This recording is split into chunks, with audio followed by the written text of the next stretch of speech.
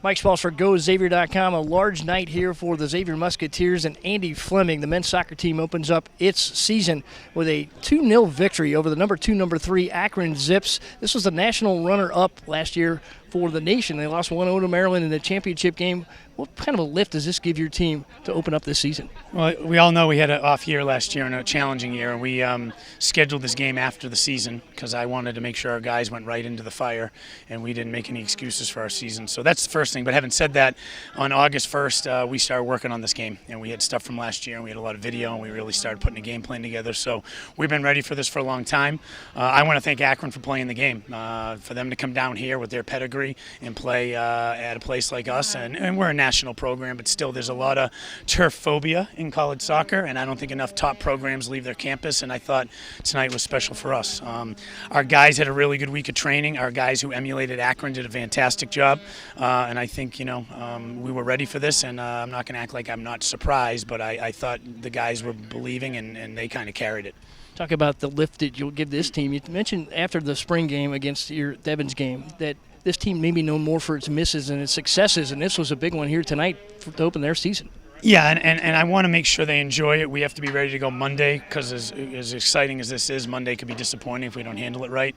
But I'll also remind me a year ago with Indiana, Michigan State, Georgetown, Kentucky, Oregon State, like we came out hot and we played up really well, and we got to make sure we handle the other games as well. So I'm happy for them, though. They went through a lot, but I think they're very battle-tested to have 2 seniors be out for the year. We thought, at least with Goodall, and then have our best recruit not show up because of a pro contract. We've had some stuff happen, but I think I'm the only one that was a little bothered by it. These guys have been through so much. They're hardened and seasoned, and they were ready to play. Some nice combinations for you on the scoring end tonight. Peyton Miller with that first goal. Carson Henelong just picks out a nice service out of the air and gets you going at 12:05.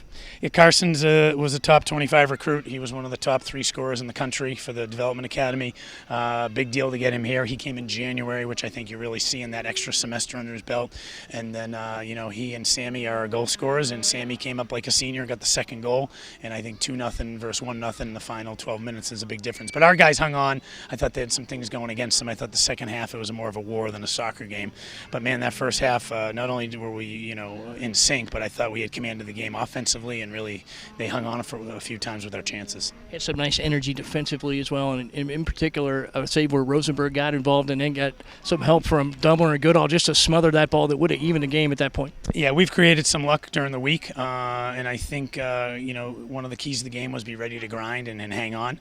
We call it water skiing, where you lose one hand on the handle, but you don't lose both and fall in the water. You just keep one hand on the handle, get the other one on. So we water skied a little bit, but that was to be expected. And in college soccer, you're not against a team like that. We're not going to step on the ball and kill the game. We're going to have to dodge some bullets. Great to get one here at home, and a couple of landmarks for you now. 8-2-2 against the top 10 in the country since 2015. Let's talk about that a little bit. Knew we had success, didn't realize it was that prolific, but now I think it's important to make sure we do well against the non-top 10 teams.